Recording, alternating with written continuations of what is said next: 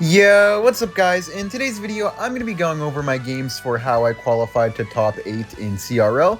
I will be playing again next Saturday and competing for the golden ticket, which is a spot at the World Finals. If you guys enjoyed the video, please make sure to like and subscribe. In the first duel that I'm going to be showing here, I am against Ryley Jones. Ryley Jones is an old pro player, and I still feel like he's a pretty decent player, but definitely the weakest player in this group, so beating him was going to be very important. So I do go for my monk ability right here. I try to get a sneaky void on top of the Inferno Dragon, but unfortunately it actually clips the Lava Hound. I was pretty frustrated about that, but it wasn't the end of the world.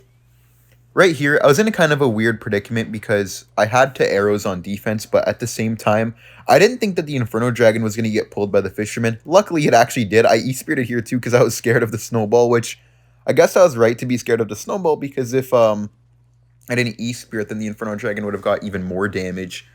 So not the worst start, but also not the greatest start. We were honestly going for Lava Hound here, assuming that he would try to snipe my Princess Rocket deck. I just went for the Wizard in the back. At first glance, that looks like a very bad Wizard, but when you remember the fact that he just used his Valkyrie, he can't go Valkyrie on my Wizard, he doesn't have Bomber, he has no ground cards for the Wizard, and I just go for an RG here, having my Void ready for the Inferno Dragon, knowing that he might try to keep his tower, but possibly not. I just went for the Insta Void on the Inferno Dragon, he couldn't block it. I was kind of hoping to maybe save my tower barely here, but I was mainly just like going for a tower trade in general because with the bad start that I had, taking 700 damage was definitely not ideal. And since he had already played a Valkyrie, he would get to his Evo Valkyrie on not my first RG, but on my second RG. So my Evo RG would be able to be defended with an Evo Valkyrie. And most of the time, I would probably lose if he gets to Evo Valk on RG early, which he would have been able to. So I just thought that the tower trade would have been better. And as you guys know, RG is very, very strong in a two-tower situation anyway, because you can always drop the RG in the pocket, especially when they have no building. So I was pretty happy about my position right now. I did go for the Evo Wizard, and I predicted his Void with my Phoenix, thinking that he would probably go for it. And then I just went for the E-Spirit, just making sure. But looking back at it now, I should have saved my E-Spirit and went for E-Spirit on this Inferno Dragon. But it wasn't the end of the world. I just went for the Evo RG, the Pocket, and then the immediate Void, knowing that the Void would just insta-kill it. I get some good RG damage right there, and my Evo Wizard was also coming up. I thought that my Evo Wizard would lock onto the Skelly Drag, but it's fine. I did hit the Inferno Dragon with the arrows, and everything's pretty much already dead. I knew that he could Lava the Pocket now, but I knew it would be a bad play because it would cycle me to my Evo Wizard, and I also just had an easy defense. I was debating going RG there at the bridge, but I thought it would have been too aggressive. No really reason to get too aggressive when I have easy defense. I have Void, I have arrows, Wizard, Phoenix. There's just no point to make any risks. Then he did an interesting Valkyrie right there.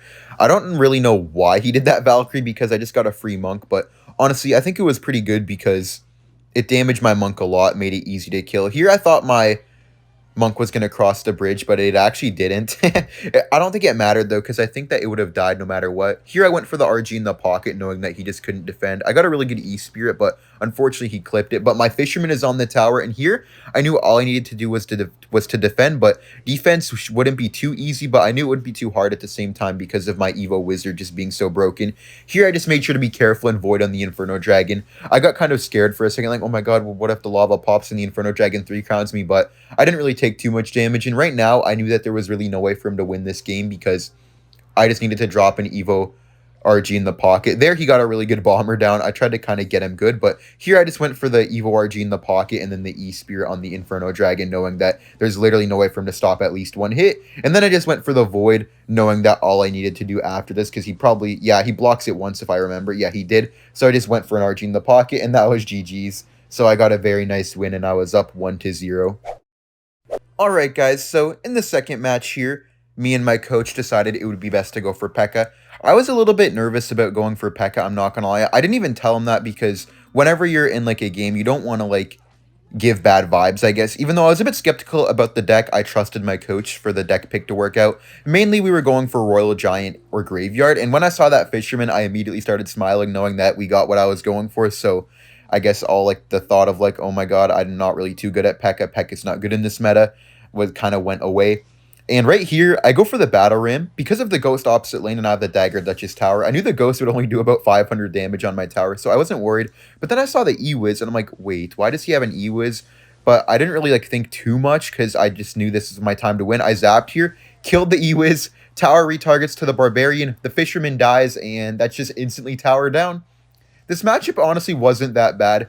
I think the reason that I won was just because I went for the P.E.K.K.A the back into the Monk at the beginning of the game, getting that very nice trade. Also, him not having anything to cycle, so he had to waste a Ghost, was also very nice. And basically, this just already won me the game, so I'm just going to skip forward, but it was just a very funny start, and this doesn't really happen very often in CRL. In the next duel I'm going to be showing, it's going to be Samuel Basoto. In this matchup, we went for this minor princess deck. We were kind of hoping to face the Royal Giant Monk deck. Well, not hoping, but we kind of just wanted a chance. Just because RG Monk is a very good deck pick against me, Monk in general, and here we thought it was actually going to be RG Monk because we saw the Ghost, the Skeletons, and the Monk. Skeletons aren't usually an RG Monk, but we knew that it could probably be coming. That's why I went for my mini P.E.K.K.A at the bridge straight away, just because I didn't want the Monk to get any damage on my tower. But then I saw the Wizard, and I'm like, okay, still probably RG. So I popped the ability here, but I get kind of unlucky. I don't know why the ability, like, usually when you pop the ability as the Wizard's about to shoot, it just shoots, like, it splashes the Little Prince, but it doesn't actually, like, shoot it directly.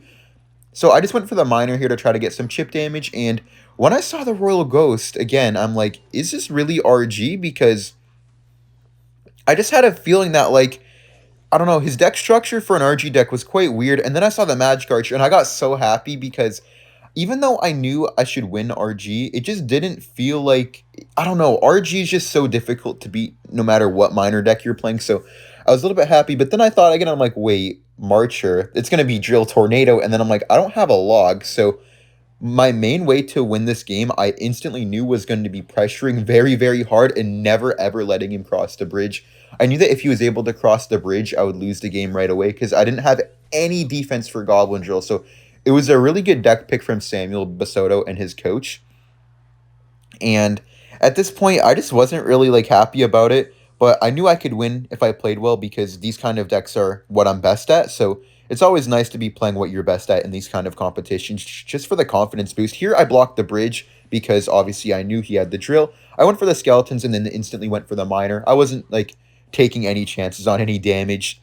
And then here's where everything kind of turned around. I went for the LP in the middle here. Instantly princess the bridge on the right. I bait out the tornado, right? And then I go for the ability on the left. And here I knew I had something. I went for the Ice Spirit to predict the Evo Skeletons. And I actually got the Evo Skeletons. And here I went for the Evo Skellies on the right because he just used the Barbarian Barrel. I went for the Miner. And then the Tornado doesn't kill Evo Skeletons because Tornado does not kill those. I Ice Spirited here. Got the Skeletons again. And then I went for the Princess Bridge because you see the Barbara on the right. I just made sure to keep on blocking for the Princess. I get a mini P.E.K.K.A shot. I went for the mini P.E.K.K.A again. Miner with the mini P.E.K.K.A in this position every time so he can't tornado the mini P.E.K.K.A to the king. I killed the Magic Archer. I Princess the Bridge again. And I actually catch his skeletons. And I win the game in a crazy fashion. And then I even catch the Barbarian Barrel to call it GG's. Craziest game I've ever had in CRL. That was just like an onslaught of like aggression, and I just can't believe I won in that way. It was crazy. Alright guys, in the next match we're going to be showing here, I was obviously against Samuel Basoto again. Here we went for the Giant deck, kind of just trying to counter-snipe any deck that he would go for against us. Like, we thought that he would expect the Princess Rocket deck and maybe go for Lava Triple Spell or Giant Triple Spell and maybe even like a Royal Giant Monk deck. So we were just mainly trying to cover the decks that counter Rocket Princess cycle, and we actually do end up going against Mortar, which is kind of weird because I knew that I win this matchup with Minor Princess Rocket as long as I play well, so kind of an interesting deck pick from his coach, but at the same time, Samuel is one of the best cycle players in the world, very, very good at Mortar, so his coach was probably confident that no matter what matchup he got, that I could win. I go for the Giant here. I don't think I should have went for the Giant there. I think I should have went for the Giant in the back, but I do go for the Evil Wizard up top, hoping to kind of get something out of this, and I go for the Void, but the Void actually hits the Guardian, unfortunately, so I got 0 damage out of that push, but he doesn't really get a counter push, though, just because of how broken the Evil Wizard is. I knighted there thinking that he would go for something to protect his LP, but he didn't, so kind of a misplayed knight by me, but it wasn't the end of the world because everything was just going to get cleaned up by the Dagger Duchess anyways. Dagger Duchess is just way too strong. I feel like it eliminates all counter push potential and makes it very difficult for people to actually overcommit and get punished for it. I feel like people can always get away with overcommitting nowadays. Here he goes for the mortar, so I went for the fisherman in the middle. I kind of messed up. I meant to put my fisherman in the right side lane, but I finger slipped actually. But because of that Evo Knight, I think it made the fisherman okay. And then I just went for the wizard on defense. Wizard cleans up the bats. I knew it would clean up the LP, but I was a bit worried that the mortar would get some damage on my tower, which it does, but only one hit is not really the end of the world. And then I just went for the Evo Knight. Really good goblins though by him, because they did force out my Evo Knight, and I knew that it would be a long time before I actually ended up getting up like a good push going, because he forced out both of my Evos. He's just very, very good at mortar, knows exactly what he's doing and what to do in all situations. I had to block for the mortar again here, and I wanted to Evo Wizard on the mortar, but I knew that he would probably block it, and he actually did block it. My knight, I mean, not my knight, his knight actually came back, which I was so happy about that, but at the same time, it ruined all of my daggers, so I feel like my push kind of got shut down before it even crossed the bridge. As you guys can see, Samuel is so good at mortar. I'm not really the greatest giant player, so I feel like he just had the knowledge of the deck difference, even though like maybe this matchup is not bad for me. I saw a lot of mortar players winning and losing this kind of back and forth on ladder, so I knew that if I played really good, I'd be able to win it, but him being one of the best mortar players in the world, me being just like a regular giant player, I feel like he definitely had the advantage going into this, like whether it was matchup, but I think he just had the skill difference in this matchup, but I knew I could still win just because of how dumb Giant Balloon is. Giant Balloon is just a very stupid deck, and right here I actually thought I could maybe get something. I knew he would go for the bats, but I thought that my Balloon would actually end up getting a hit, which my Balloon does get a hit, I think. Yeah, it did get a hit, which was really, really nice for me, and I was happy about that, but I knew that I would need something much, much more to actually end up winning this best of 3. Also, if I lost this best of 3, at this current time, I was 1-1 in sets. I lost my first set, then won my second set 2-0. So I was actually very scared that I'd lose the set, because if I lost the set, it would probably mean I didn't qualify, because I would have to win every single set after this. And that's just a very hard thing to do, especially when all the pressure's on. So I knew for the momentum, winning this set would be very important. My wizard cleans up everything, and I also have an Evo Knight coming down, so I thought it was kind of my chance to get a nice giant push. I just went for the giant the bridge, hoping to protect my fisherman, which I did, but it didn't really amount to anything. I went for the balloon, knowing I would get a very good set of arrows here, but his cycle is just way too quick, and also the bats. I only have arrows for bats, and usually he cycles 2 pair of bats for every single time I go for a balloon, so I can really only kill 1 pair of bats, unfortunately, because he always did a very good job at managing the wizard. Like, just watching this back right now, he played so good. He always made sure to block my wizards. I never really got anything with the wizards. My wizard just, like, always died to Poison's Logs. Even if they were Evo when Poison Log doesn't already kill a wizard. He played insanely good, man. Can't say anything bad about it. I got a nice arrows here on the bats, but by this time, everything was dead. I feel like he did a very good job at managing how much elixir I had at any given moment. No matter what, I just never had enough to, like, void, arrows, and balloon. Like, no matter where I started my push, in the back, at the bridge, I just never had anything. He just played so well, and he ended up taking this match. Alright guys, so in the final match here of the best of 3, it was 1-1, so winner of this match takes the entire set. Very important right here, as I said last match, for momentum, confidence, and actually qualifying in itself. I didn't really want to make the first move here because I didn't know what he was playing. Also, when you consider my cycle of the deck, I had guards, Graveyard, Mother Witch, and Fireball, I think it was, and I just didn't want to play anything because if he was using like any type of beatdown deck, he could just go for the beatdown card first play, or if he had a Princess, he could just go Princess first play and kind of just ignore anything that I put. It just wasn't really ideal, and I just didn't want to really go for it at all. We were just trying to cover Graveyard and RG right here again, so we're just being very careful because even though he had Monk out, we knew that he could still go for it. I just went for a Fireball here on top of the piggies. He did a bit of a bad Tesla right there. I guess he didn't account for the Mother Witch spawning a piggy in front of it. So I do actually get some really good damage right here. I think I get 2 hits, and then I went for the guards on top of the Princess. I didn't exactly know 100% his deck, but I knew the type of deck that he was playing because his coach uses this kind of deck quite a lot. He likes the Princess, Valkyrie, Tesla, Piggies kind of combo, but he usually switches up like the other support cards and the spells. So I knew the general idea of what deck he has, but I just had to be careful just in case he had some kind of like surprise card or something like that. I just went for the Ice Golem in the back. I just didn't want to really leak any elixir. I wanted to cycle through my deck, and I was actually pretty fine with this matchup. I knew that it would be kind of hard to break through, but at the same time, I knew it would be kind of hard for him to break through. So I just went for the Mortar again, just kind of waiting for him. seeing what the rest of his deck is. And I did just go for the Inferno Dragon here. I had my guards ready to block a Void. I don't know how that Tesla targeted my Inferno Dragon, but I went guards here, and my mortar actually locked into the tower. I was shocked when that mortar was on the tower, but I was really, really happy about it. So I just went for the Fireball on defense here. And actually, last second, I realized, wait, I don't have that many daggers left, so I do need to go for the Mother Witch here. So I prevented like 200 damage, I think, with that Mother Witch, so I think it was worth it to go for, but I knew after going for it, I'd be down quite a lot of elixirs, so I knew I had to be careful on defense, but I also had the Evo Zap coming up, so Evo Zap and Evo Mortar on defense would be very good for me. I was thinking, with this damage lead, I wouldn't really need to worry about anything because with the damage lead that I have, he only has Void and Arrows. Void is really bad for damaging the tower, even though it's very good for killing units, so I was just not worried about the Void at all. And the Princess did die there to my Inferno Dragon. I was super happy about that. I had my Inferno Dragon ready for the next Princess, but he did it low.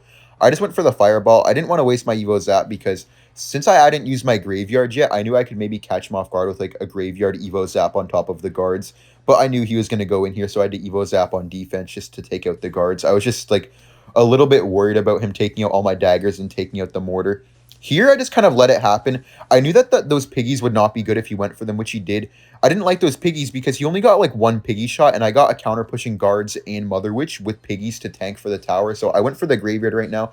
I knew that he could go for the guards, but I zapped just to take down that Phoenix, get some extra damage on the tower, and that Mother Witch there had to be responded to, so it meant I got even more Graveyard damage.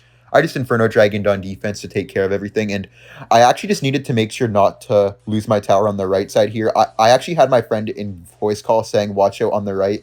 I really appreciate him for that, because I'm not going to lie, if it wasn't for him, I very well could have forgotten about the right side lane. I didn't, but it definitely could have happened. I've seen people do that before. In these high intense games, sometimes you manage to like tunnel vision on one lane, especially when you're defending both lanes at once. So here, I knew it was just time for defense. No really need to ever go in unless he made a big mistake, so I was just playing defense the rest of the match. Unless he messed up, obviously, then I would punish him with a Graveyard, or if I had like an Evo Zap, maybe I'd go into.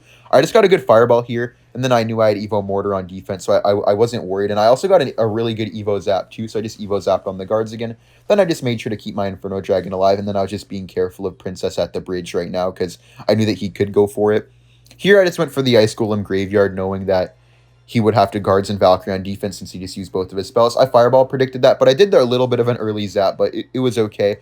Right here, I knew that I like fully needed to defend. No more Graveyards ever. I just needed to chill out and Fireball on defense, and there was no way for him to ever break through anymore at this point. So I just went for my guards, and it was going to be game over. I was super happy about this win. Starting down 0-1 and then winning 2-1 was always great. Very good for confidence, and Samuel, in my opinion, was the favorite to win the group, so beating him made it so I had a very, very good lead on the group, looking very good for me, and just had great chances. In this set against Coco, I just started off with the arrows. We went for Giant first game, mainly just doing the same thing as we did versus Samuel, trying to predict a snipe to the Princess Rocket deck, because the Princess Rocket deck was my biggest threat, obviously. I am one of the best players in the world with that deck, if not like the best or the second deck, so, I mean, best or the second best, so it's very important for them to actually snipe that deck, because that deck can win anything if you play well, and if you don't have matchup on it, you're never ever going to win unless you play very badly. So I knew it was really, really good to keep sniping this deck. Here, I just went for the Wizard because we both kind of just dumped our Elixir Bar first play with the Giants. Giant is so low skill. Here, I went for the Knight, knowing that he didn't really have anything good for the cards behind it. I had some bats too, and here he goes for the Wizard. I knew it was game over if I just raged this up because he literally had nothing for defense. His Elixir Bar was nothing. Giant versus Giant is so stupid, and I just end up taking the entire tower instantly. I felt really bad, I'm not going to lie. Giant is just so stupid and so broken, and I guess that's what happens when you have the better Giant deck. So I'll see you guys with the next match. So our strategy in the next match here was to go for another beatdown deck. Because I'm a known Cycle player, people are always just trying to snipe my Cycle decks. So I thought it was pretty simple to just, if they're going to snipe my Cycle decks, to play beatdown decks, because all this decks that used to snipe Cycle, beatdown just beats them. So here we went for the Lava Loon. Lava Loon is actually quite underrated in competitive. I feel like a lot of the time people don't use it because you want to use the Void spell in Giant, but we just played it with the Fireball Zap. That's another reason why we thought Lava would be unpredictable, because we didn't have Void, and everyone only uses Lava Hound with Void nowadays, so we just went for it with the Fireball, and I think it caught them off guard because they had the Royal Giant Monk deck, which is very, very bad against lava. And as you guys see here, I literally just went for the lava at the bridge as like my third card right in front of the Inferno Dragon. And the Inferno Dragon is melting the Phoenix. He gets a really, really good fireball. I can't believe he hit the Inferno Dragon and the balloon there. That was a beautiful fireball, but I get 2 balloon hits, 3 balloon hits, and from here, it's pretty much good game. But it wasn't over yet, though, because it's actually not that clear for me on how to defend his stuff because Monk Phoenix is very annoying and defense was actually not easy. But one thing I had going for me was that I had already used one Valkyrie, so my next Valkyrie, since I played one right now, it would be like evolved. So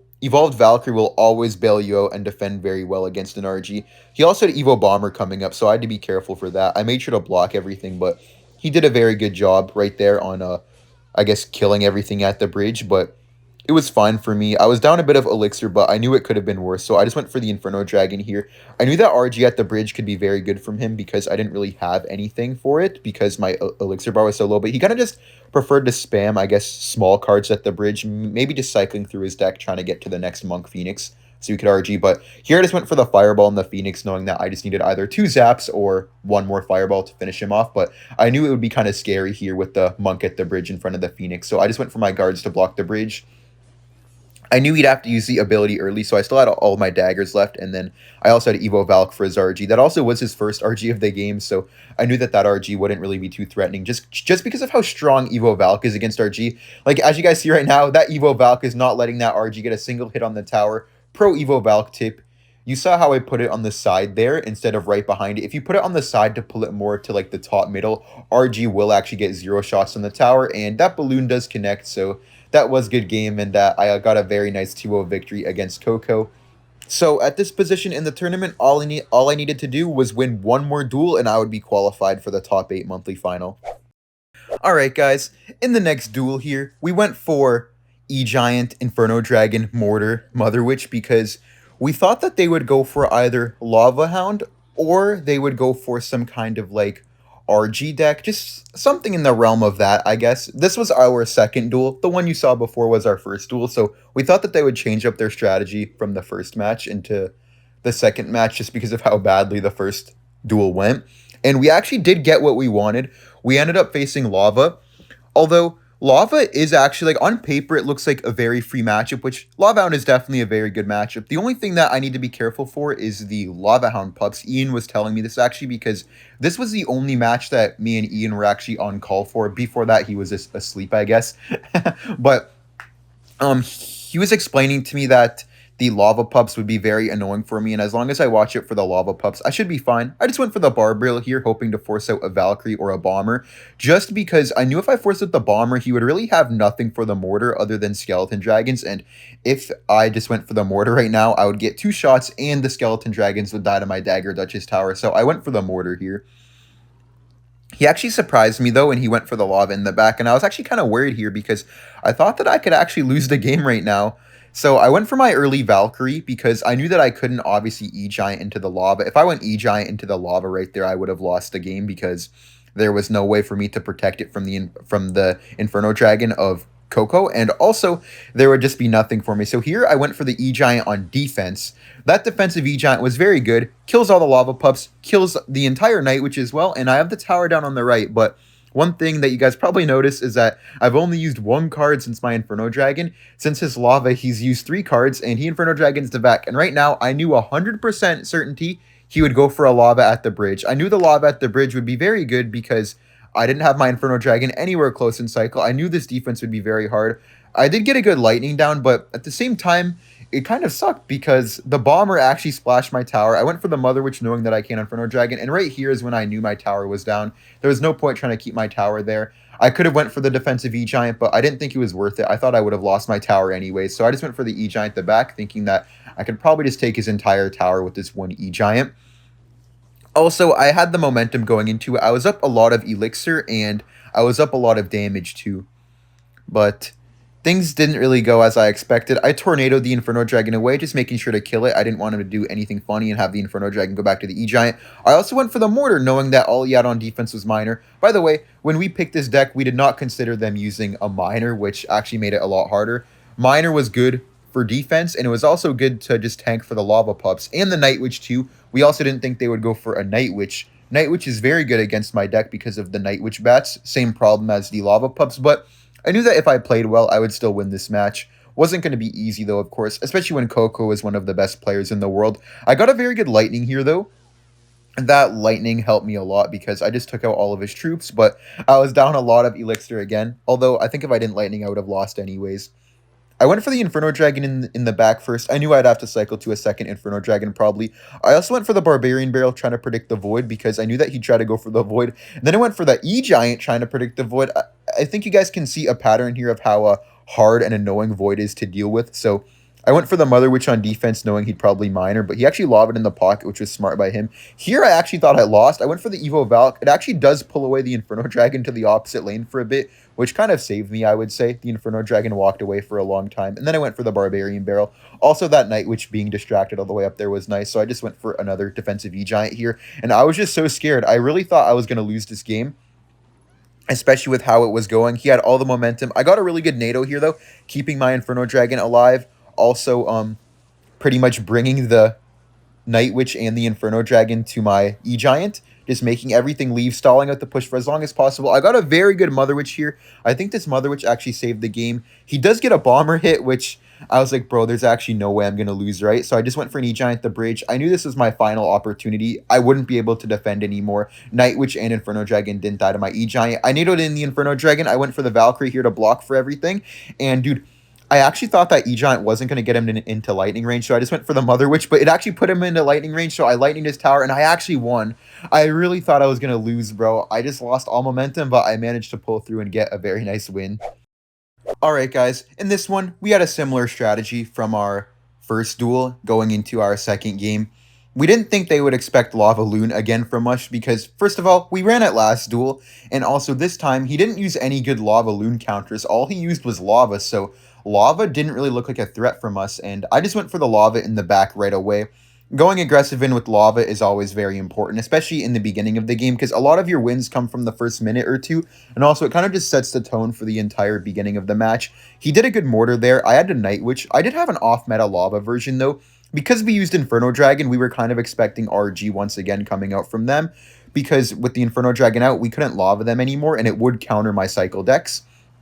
I went for the Balloon here, and right here, I actually knew that I had already won. I was actually so happy. I went for the Fisherman here to pull in the Knight, and I knew that he could not defend the Balloon. He goes for the Graveyard here. I made a heads-up play. I went for the Bomber instead of the Arrows or the Zap because I just had faith in my Bomber to not be dumb, and my Bomber wasn't dumb. It didn't die right away, and it actually worked out very good. And had a very good start. Was a very good LP by him, though, to instantly get on the tower. But I quickly arrow zap, knowing he wouldn't be able to get the ability down. And I just start very, very nice. He does some good goblins again. So here I was like, okay, well, I think I won. But if he ends up getting my tower, I could definitely lose this game. I knew he was going to mortar because I had no elixir. And at this level, guys, every single player knows your general elixir. They may not know your elixir exactly. Like, I think nobody does. Like, even Muhammad, like, he doesn't know the exact elixir 100% of the time. In single elixir, knowing the exact elixir is obviously easier, but everyone just knows usually if you can get this card down or get that card down. They're pretty confident in that, so he just keeps going super aggressive. But here I just went for the Evo Bomber, just hoping I wouldn't lose my tower. If I didn't lose my tower here, my thought process was I win the game if I keep my tower. If I lose the tower, I probably lose, so I was really happy to see that I kept my tower with a 200 HP as well, so Poison wouldn't take out the tower. I knew that he'd try to get like a cheeky like push down, so I went for the arrows here, making sure he wouldn't take my tower. I knew he'd go for the Evo Mortar because he just had to. I Fisherman to block, and then I went for the Night Witch. Right there, I thought that I might take my tower, but that Night Witch was very good by me as well. I knew it would pressure the King Tower, because just a King Tower by itself will not defend a Night Witch. I knew I could just go for the Evo Zap plus arrows here to take out the LP. Evo Zap arrows taking out LP is so clutch, and my Balloon connects to the tower. Then Night Witch is going crazy. He has to defend the 3 crown and the 2 crown. I just Bomber here on the mortar. I'm just waiting to need to block it again. I just go for the Night Witch in here. I knew that his tower would die to just another pair of arrows, so I went for the Fisherman here to pull that in. I went for the Void on Graveyard. Void is actually an underrated graveyard counter, and here I won the game, and this match secured me my qualification for the top 8. So I'll be playing again next week on Saturday, where the winner of the golden ticket will be announced, I guess. And yeah, thank you guys for watching. Like and subscribe if you enjoyed, and I'll see you guys tomorrow. Bye.